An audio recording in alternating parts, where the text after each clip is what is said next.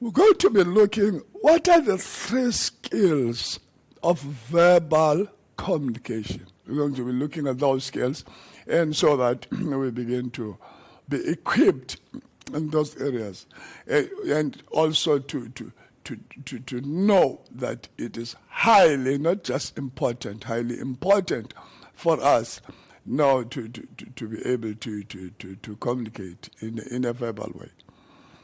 So one of the things that are important that involves in verbal and communication, it's listening, which I'm still going to deal with that. I mean, the levels of communication. That's another topic as we continue with this, teaching of communication. And number 2, another thing that's important, the point, it's managing anxiety.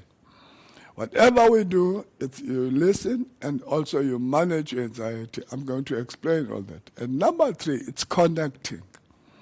Those 3 things are important when we begin to relate and or to communicate verbally. So let's look at the word listening, which I've already said that we'll deal with it in our next topics. Listening is the essential verbal communication skill. Why? Listening, it's number 1 verbal communication skill. Why? Without knowing how to listen as an individual and what to listen for, you will never be an effective communicator. Without knowing what to listen, without to listen and what to listen for. These things it's 2 of them.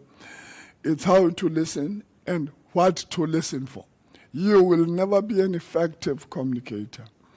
Now, the deepest level of listening is called affect labeling or emotional reflecting.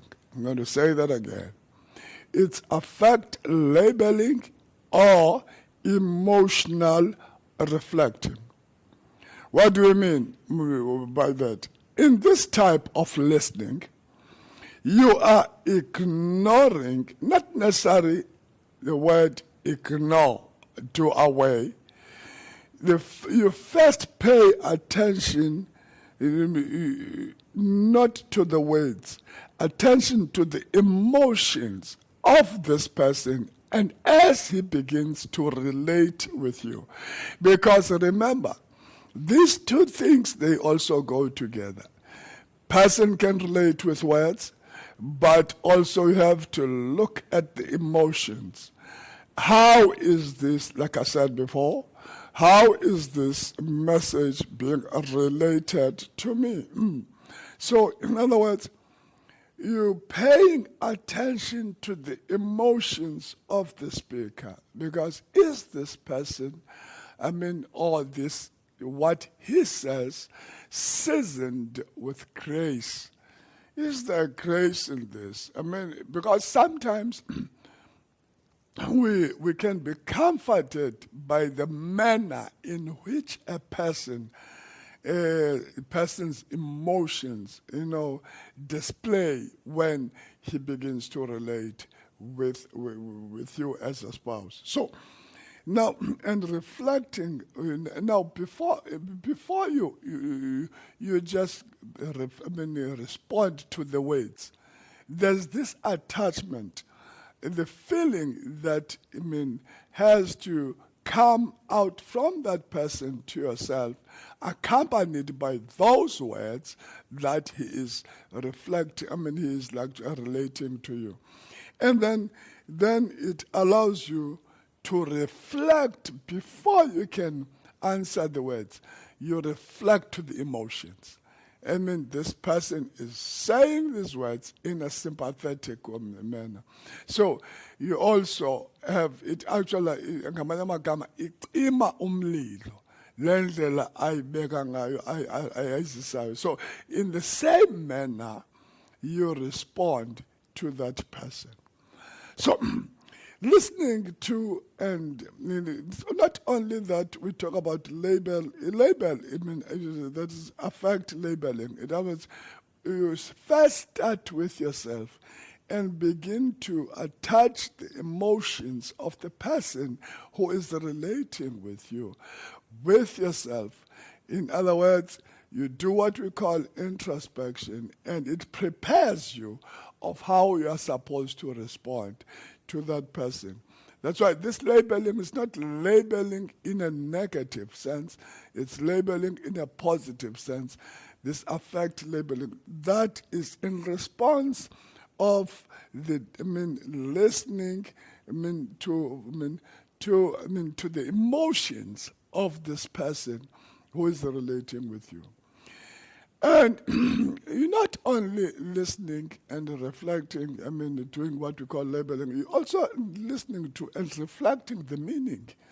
You can even, read the words, of the person speaking together, coupling that with the emotions. And remember, we talk about verbal here. We're not talking about non-verbal, because we couple the two things where a person is able to say something, coupling that, how is he saying that, to you.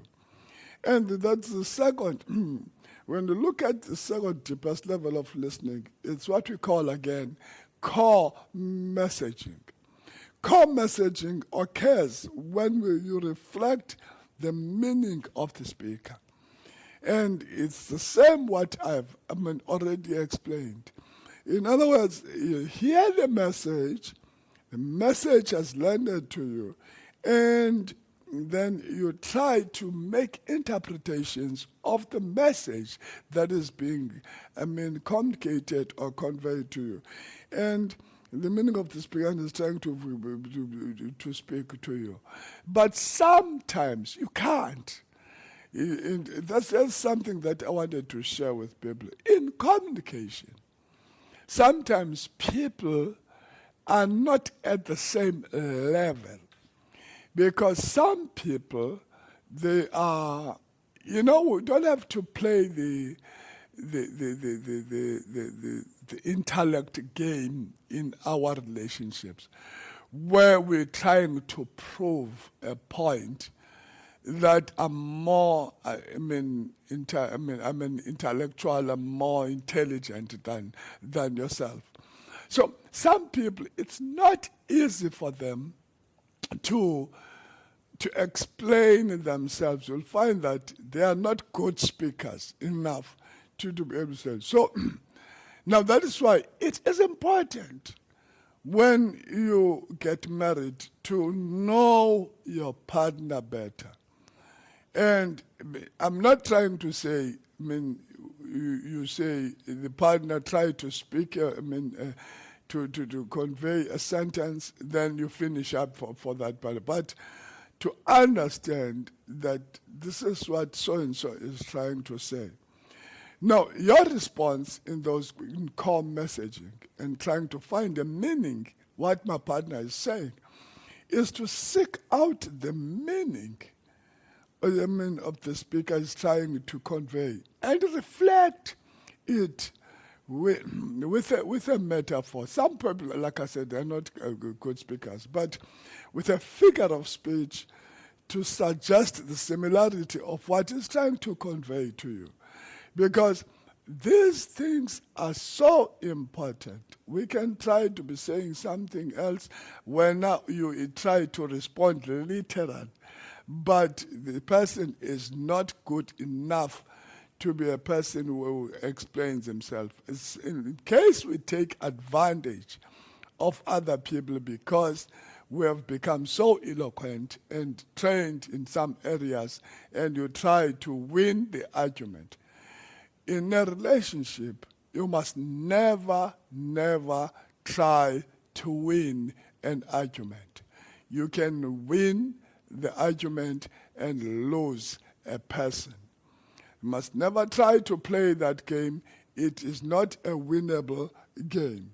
So I'm still under this topic and talking about verbal communication. One of the points that are important is whenever we try or we get involved in communication, in relating, whether it's a topic like we spoke about earlier on, or an issue in our conversation, or the thing that we talk about, there's a topic that needs to be talked to, or whatever, it's an issue that has cropped up in that relationship.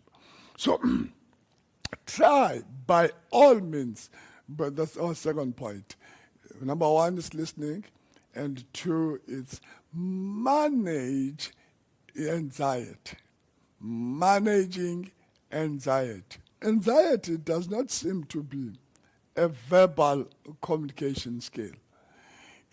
Most cases, it's a non-verbal communication skill. When a person relates, on the basis that is anxious to find an answer, to give me an answer on this and whatever. So it falls, that's what I can say, under non-verbal communication. If you are anxious when relating with your spouse, you will not communicate anything to anybody because you will be so stressed out and even jeopardize the whole communication or relationship that, the thing, whether it was a good thing, to be listened to, and you can talk to it and be able to solve it. So you must learn how to manage your anxiety. Because it is an essential verbal communication skill.